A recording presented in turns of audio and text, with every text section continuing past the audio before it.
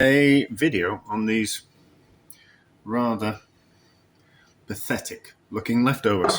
So they were leftovers from another project, and there's just I put the rest of it in the freezer, but there just isn't enough room in the container for these bits of leftovers. So just what I thought I'd do is I thought we'd see if we can make a bit of a pasta dish. That's what I thought. Anyway, so it's chickpeas and it's onions and it's carrot. Might be a tiny little bit of meat in there. And what I thought we'd do is we'll just cook the pasta in that. So we'll cook the pasta more like a risotto. Just crunch those chickpeas up a little bit. I don't quite fancy having whole chickpeas. So now, how are we going to do this? This in first? I think so. And then, so instead of cooking the pasta in, and that just went everywhere with my nice clean clothes. Really should wear an apron, shouldn't I? That'll teach me. So we're going to cook the pasta in the pan. So it's dry pasta, and we want some water that's out of the kettle. So we're going to cook it like that and see if we can. Is that going to be enough pasta for me dinner? Yes, it'll be fine.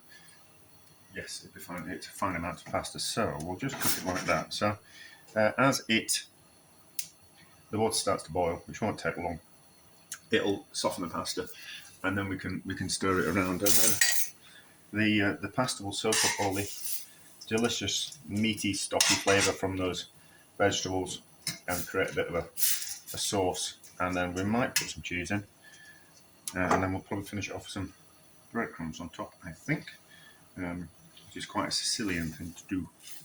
But we're going to see how it turns out. I think it'll work well because that's particularly flavourful, and I think all that flavour will go into pasta. But we'll see, won't we? Pasta is cooked.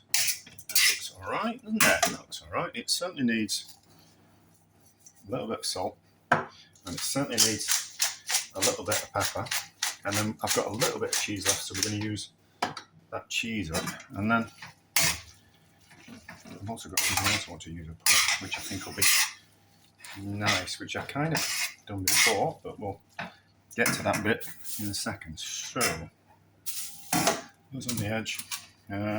It's still hot enough so it'll melt the cheese, and there'll be enough residual heat in the pan and the pasta just to melt that cheese, so we don't need to faff around. And it's a young hard cheese, so it'll melt pretty easy.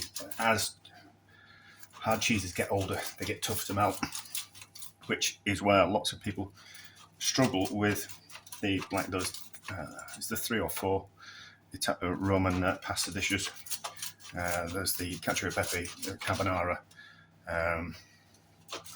pasta alla Grecia, and then there's the tomato-based one, isn't there? And if you use an older harder cheese, you struggle to melt them into the sauce. Where this is relatively young hard cheese, so it'll melt relatively easily. Just a little bit of water just to make it just a little bit nice. That was probably a little bit too much. Oh, that's fine. So, that looks alright, doesn't it? That looks alright. Cheese is now melted in and just reinvigorated that sauce. So, that's fine. Now, got some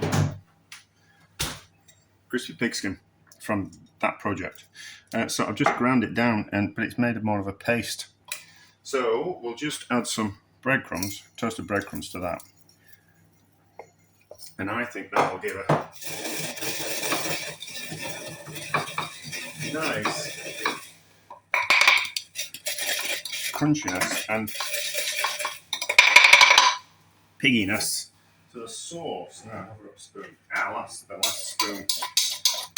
So, just sprinkle over a little bit like that. Oh, sure. Might do the fancy twirly thing.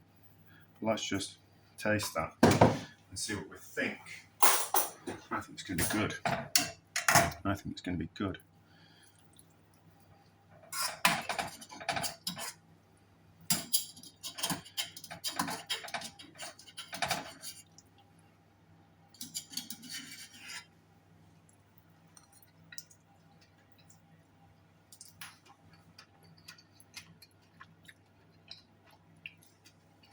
That's lovely.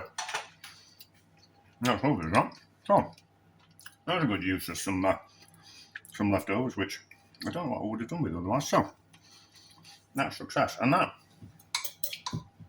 bread comes with a bit of crispy pig skin. That just elevates those. That's interesting, isn't it? They'll probably make an appearance somewhere else in another dish.